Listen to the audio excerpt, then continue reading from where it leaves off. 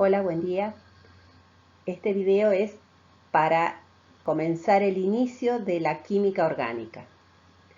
La química orgánica es muy amplia, tiene muchos compuestos, entonces damos aparte de los compuestos inorgánicos, pero son del mismo tipo de enlaces, de los tipos de reacciones químicas, o sea, son sustancias que vamos a diferenciar por algunos detalles.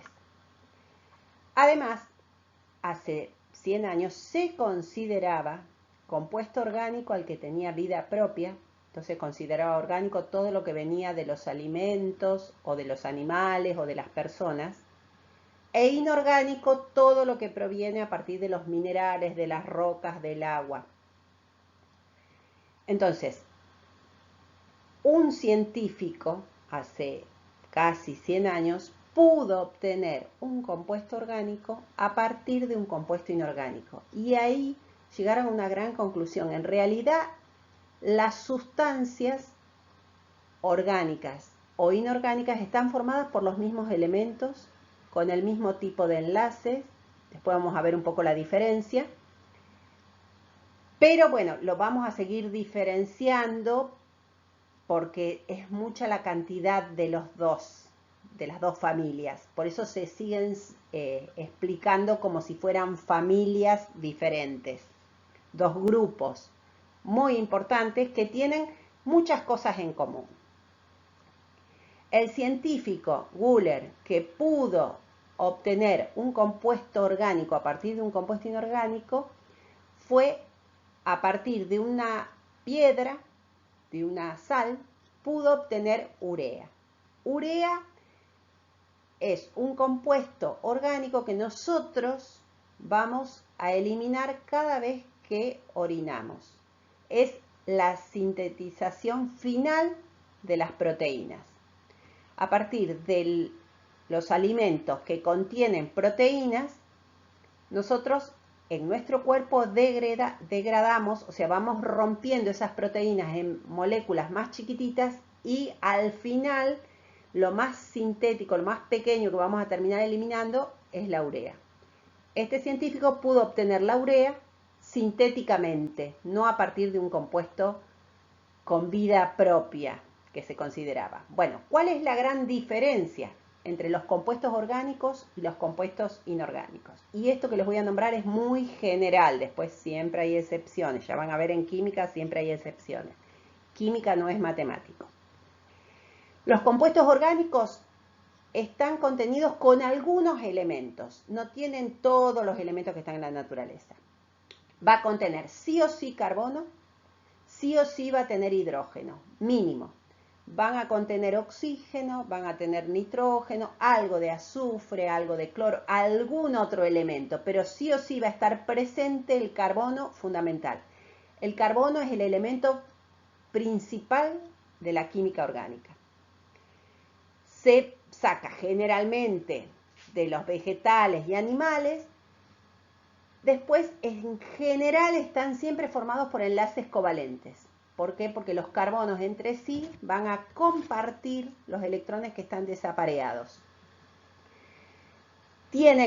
Esos carbonos se pueden unir mucho entre sí y forman isómeros. Después veremos en otro tema qué es esto de isomería. Y forman cadenas largas, o sea, las moléculas de los compuestos orgánicos pueden ser pequeñas o pueden tener muchos átomos, pueden ser moléculas, macromoléculas, muy grandes. En cambio, los compuestos inorgánicos pueden contener cualquier elemento que está en la naturaleza, son 110 elementos, 120 elementos los que encontramos en la tabla periódica, se unen entre sí, o bien formando un enlace iónico o formando un enlace covalente, depende del tipo de enlace que se unen. Además, generalmente no tienen isomería, tienen moléculas más pequeñas. Si son iónicos, se llaman fórmulas mínimas. Si son covalentes, forman moléculas molecular, pero son fórmulas muy pequeñas. En general no forman cadenas muy largas. Hay alrededor, unos 6 millones de compuestos orgánicos y 550.000 inorgánicos. O sea que no podemos saberlos a todos. Hay muchas maneras de aprender esto. Supongamos que nosotros tenemos que analizar una muestra que voy a analizar. Yo conozco una sustancia pura. ¿Cómo me puedo dar cuenta que es una sustancia pura o es una mezcla? Primero tengo que aplicar métodos para separar esa muestra, métodos de separación, métodos de fraccionamiento, hago destilaciones, filtro, saco, limpio. Todo esto es para poder obtener una sustancia pura. ¿Cómo me voy a dar cuenta si todos esos métodos que apliqué obtuvieron al final una sustancia pura? Bueno, detecto su punto de fusión, su punto de ebullición, su densidad, sus propiedades intensivas. Si sus propiedades intensivas se mantienen constantes, era una sustancia pura. Si no, no era una sustancia pura, era una mezcla y tengo que seguir aplicando otros métodos para poder separar y obtener una sustancia pura. Esa sustancia pura puede ser orgánica o puede ser inorgánica. ¿Cómo puedo saber si esa sustancia es orgánica o inorgánica? Bueno, lo que voy a utilizar son análisis que se llaman análisis elemental. Saber qué elementos tengo. Para saber si ese compuesto es orgánico, tengo que ver si hay carbono presente en esa muestra. Cualquier compuesto orgánico va a contener carbono. No quiere decir que todo lo que tenga carbono va a ser orgánico, porque existen algunos compuestos inorgánicos que tienen carbono, como el dióxido de carbono, el monóxido de carbono, los carbonatos, los bicarbonatos. Después veremos cómo se pueden identificar.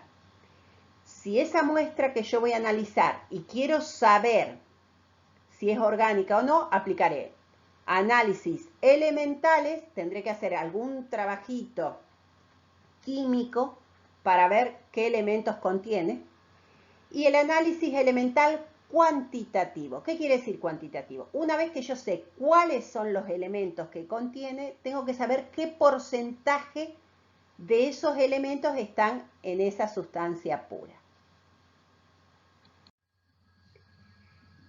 Para analizar, lo primero que tengo que analizar es el carbono. Si hay carbono o no hay carbono. Hay un método muy directo, muy sencillo, que eso es cuando la sustancia es muy obvio que ese compuesto tiene carbono. Por ejemplo, el azúcar. Yo caliento el azúcar, quemo el azúcar, yo ya voy a ver enseguida que se me quema. Entonces, por calor, lo caliento y enseguida voy a ver que deja hollín o que deja el caramelo, y ese caramelo al final termina dando hollín, que sería carbono. Eso es directo, es para saber nomás si hay o no hay carbono. Ahora, si yo estoy analizando un compuesto orgánico, por ejemplo, tengo el alcohol, que yo ya sé que es orgánico, y lo caliento, no pasa nada, no reacciona químicamente. Entonces, para esos compuestos que son más complejos para poder analizar la presencia del carbono, se utilizan métodos que son indirectos, con una reacción química que no es simplemente calentar. Se hace oxidar ese compuesto a partir del óxido cúprico. Ese se llama método de Liebig. Ese método se utiliza cuando tengo que calcular, además, qué cantidad de dióxido de carbono se formó. Entonces, si esa muestra que yo voy a analizar, ese ejemplo que yo pongo acá es la glucosa, por ejemplo, carbono 6, hidrógeno 12, oxígeno 6. Por calentarlo, hubiera sido suficiente calentarlo. Pero, para poder saber cuánto de carbono se formó, tengo que hacer un trabajito experimental aplicando el método de Liebig. Entonces, esa muestra lo hago reaccionar con el óxido cúprico. El óxido cúprico es una sustancia negra que es un oxidante muy fuerte. Entonces, ¿qué hace? Va a producir la ruptura de esas uniones entre carbono, hidrógeno y oxígeno. Ese compuesto orgánico lo va a terminar transformando en compuestos inorgánicos. Ese óxido cúprico, que es una sustancia negra, la mezclo con la glucosa, lo pongo en un tubo, lo caliento y voy a ver que se forma un gas. Esto me está diciendo, se va a transformar en dióxido de carbono, o sea, ese carbono que estaba en el compuesto orgánico va a desprender dióxido de carbono como gas.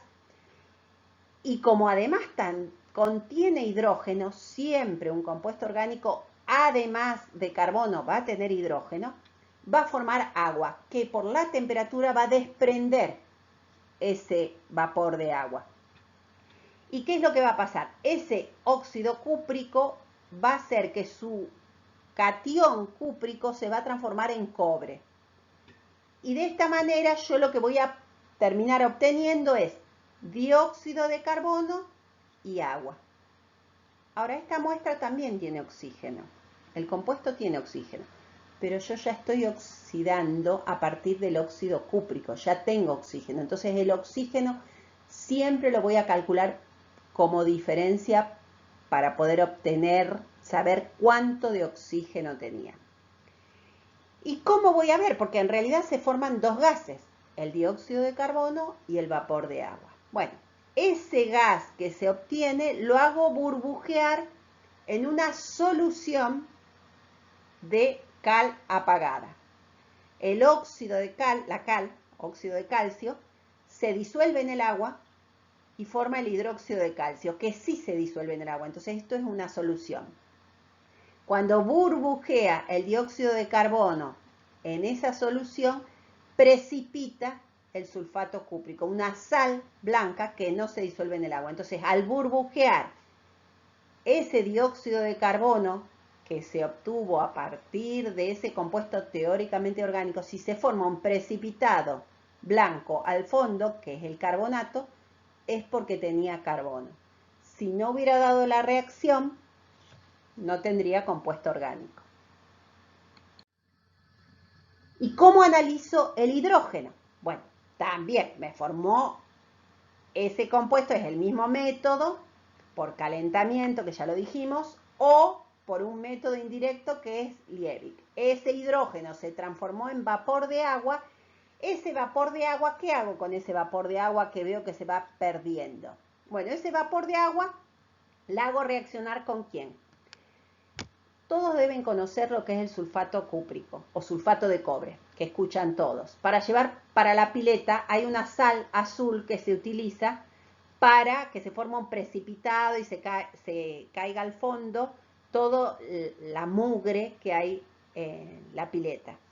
Entonces, esa sustancia que es el sulfato cúprico que nosotros compramos o esa sustancia que uno compra para la pileta es azul. ¿Por qué es azul?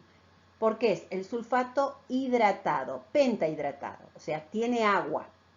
Si nosotros calentamos esa sal, va a desprender el agua, la va a perder y va a quedar blanca. Las sales a veces tienen colores diferentes porque están hidratadas. En ese caso, el sulfato cúprico no hidratado, que es lo que estoy marcando acá, QSO4 es una sal blanca que le dejo caer gotitas por gotitas ese vapor de agua que se formó y va a terminar formando el sulfato cúprico pentahidratado que me va a volver a formar esa sal azul que yo ya había utilizado al principio. Entonces, ¿cómo reconozco que ese compuesto que analicé formó vapor de agua? Ese vapor de agua lo dejo caer gotitas por esa sal blanca que es el sulfato cúprico deshidratado, se hidrata y me queda azul. Entonces, ¿cómo reconozco eso? El dióxido de carbono lo reconozco porque burbujea en una solución que me deja un precipitado blanco al fondo. Y ese otro vapor de agua lo dejo caer gotitas por otra sal blanca que queda azul. Entonces, esa es la manera de reconocer que se formó dióxido de carbono y agua porque esa muestra contenía carbono e hidrógeno.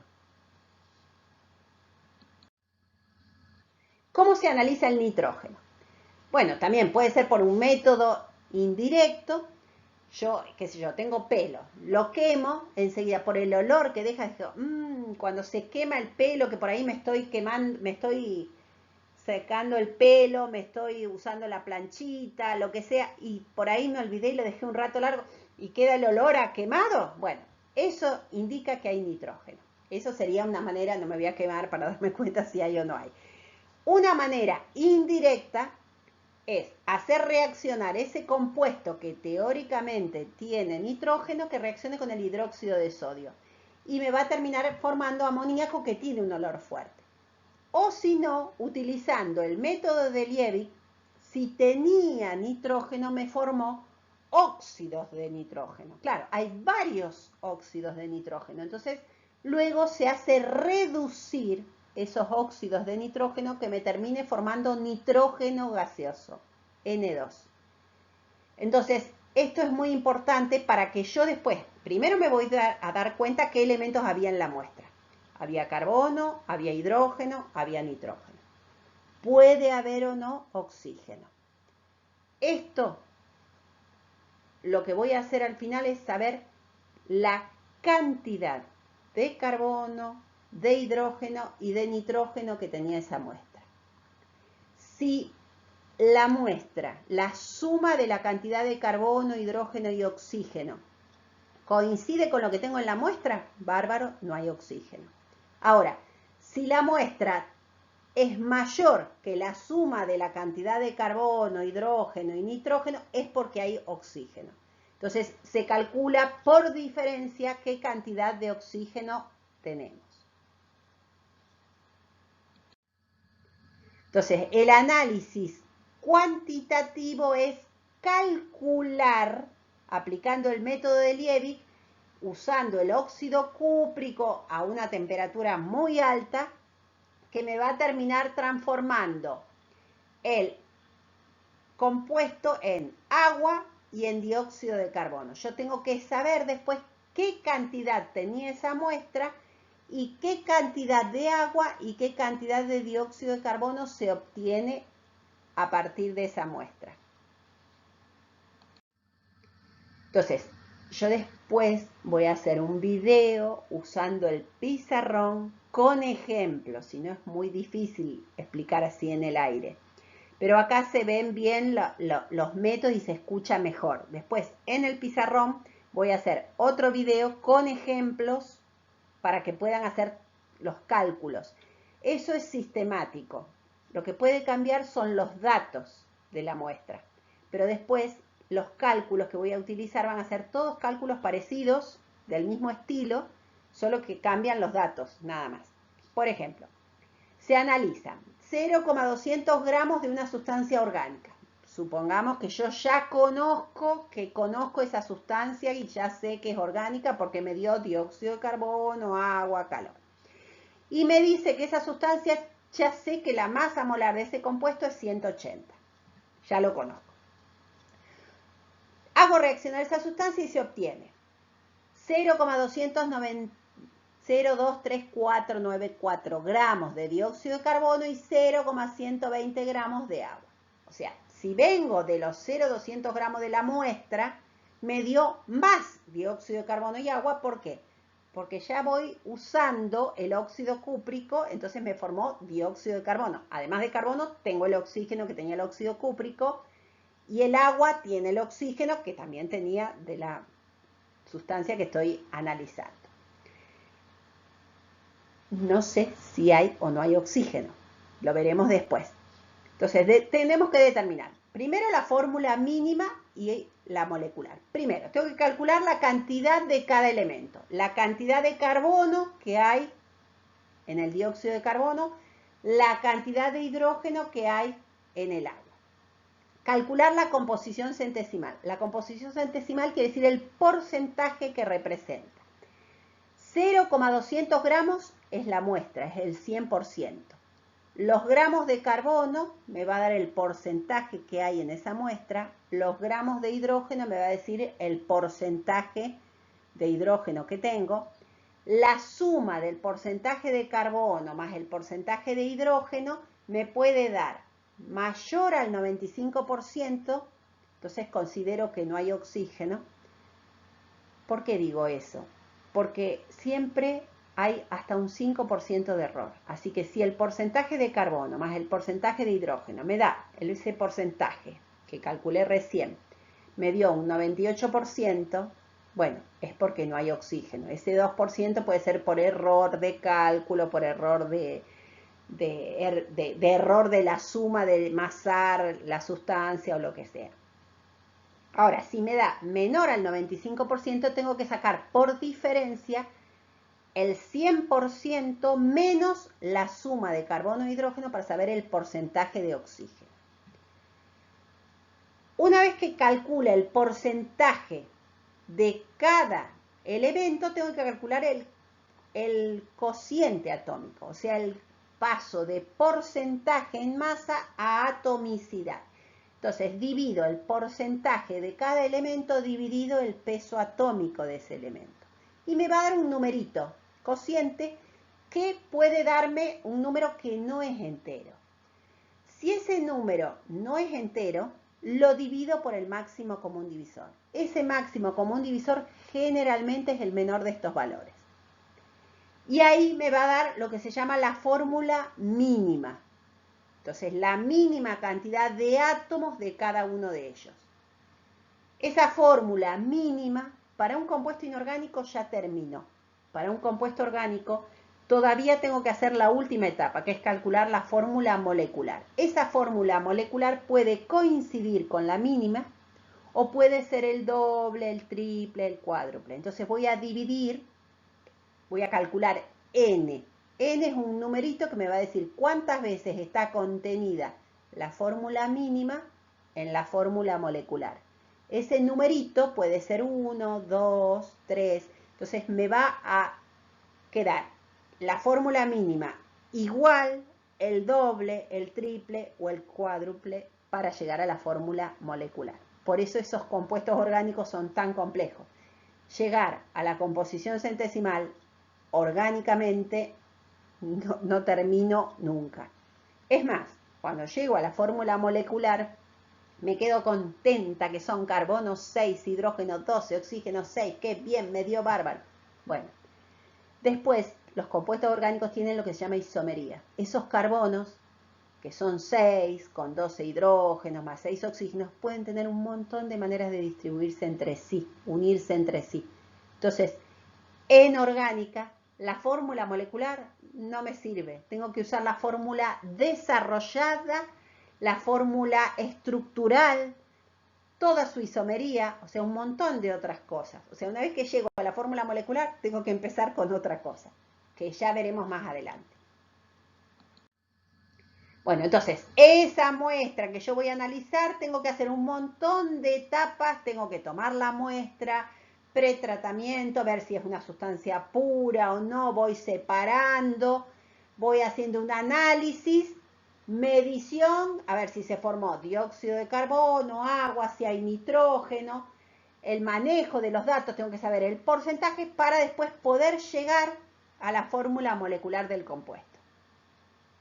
Varias etapas, es bastante largo. Acá ya tengo ejemplos. Tengo una muestra, 0,2 gramos, que me dieron esa cantidad de dióxido de carbono y esa cantidad de agua. ¿Qué es lo que hago?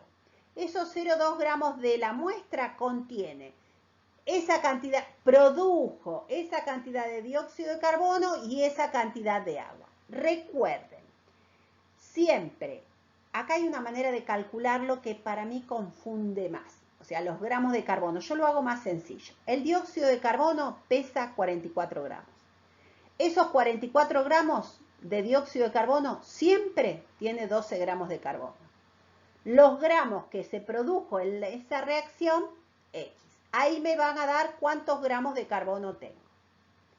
En cambio acá teníamos que tener los gramos de carbono por 1 sobre 44 por 1 sobre 1 mol de carbono sobre 1 mol de dióxido de carbono por 12 sobre 1.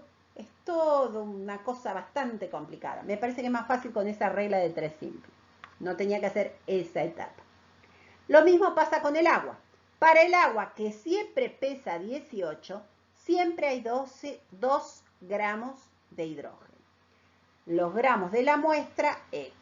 Entonces, de esta manera sencilla, siempre a partir de los 44 gramos de carbono hay 12 de carbono, los gramos de dióxido de carbono que se produjo en la muestra me va a dar X gramos de carbono, igual para el agua. 18 gramos de agua tienen 2 gramos de hidrógeno, los gramos de dióxido de carbono que se obtuvieron, X. Con esto sé los gramos de carbono y los gramos de hidrógeno que se produjeron en los 0,2 gramos de la sustancia. Fíjense que cuando sumo 0,08 más 0,0133 gramos, no me da 0,2. Así que evidentemente hay otro elemento también. Entonces, la composición centesimal del elemento era eso. Es la masa del elemento sobre la masa del compuesto por 100. O sea, esa composición centesimal es muy importante. Entonces, ese porcentaje, una vez que yo sé el porcentaje de masa del elemento, lo considero por cada 100. O sea, ese porcentaje, yo ya sabía qué porcentaje de la muestra, esos 0,2 gramos de la muestra. Era el 100%, los 0,08 gramos de carbono, X. Ahí me da el porcentaje de carbono. Los 0,2 gramos de muestra es el 100%, los 0,0183 gramos de hidrógeno, X. Me va a dar un porcentaje de hidrógeno. La suma de esos porcentajes me va a dar un porcentaje menor a 100, menor a 95 también. Entonces, por diferencia, calculo el porcentaje de oxígeno. Entonces, ese porcentaje es como que lo paso a gramos. ¿Qué es lo que voy a hacer? Cada porcentaje, utilizar el peso atómico de cada elemento, los gramos del compuesto o la composición centesimal, dividido el peso de ese elemento. 12 del carbono, 1 del hidrógeno, 16 para el oxígeno. Lo que hace es dividir el porcentaje de cada elemento dividido el peso atómico. Me va a dar un numerito de moles a molaridad, a moles, que no me da a lo mejor un número entero. Entonces lo que hago es dividir por el máximo común divisor para que llegue a la fórmula empírica. Una vez que yo llegué a la fórmula empírica, tengo que ver cuántas veces está contenida esa fórmula empírica en la fórmula molecular. Entonces tengo que calcular N, que es la masa molar, que es mi dato, 180, dividido el peso de la fórmula mínima. Eso me va a dar un numerito. Entonces multiplico esa fórmula molecular por 2, 3, 6, por ese valor para llegar a la fórmula molecular de un compuesto. Por ejemplo, el carbono tenía el 21% de carbono, el hidrógeno era el 3%, el nitrógeno era el 8,33, lo dividimos a moles, me va a dar, claro, me da un número que no es entero, 1,8, 3, 0,6. ¿Qué hago? Lo divido por el máximo común divisor. Generalmente el máximo común divisor es el menor, que es 0,6. Entonces divido ese numerito, ese resultado, dividido el menor. 0,6, 0,6, 0,6 me dio 3, 3, 1. De esta manera llegué a la fórmula empírica. Carbono 3, hidrógeno 5. Acá hay un resultado mal acá. Bueno, es un 5.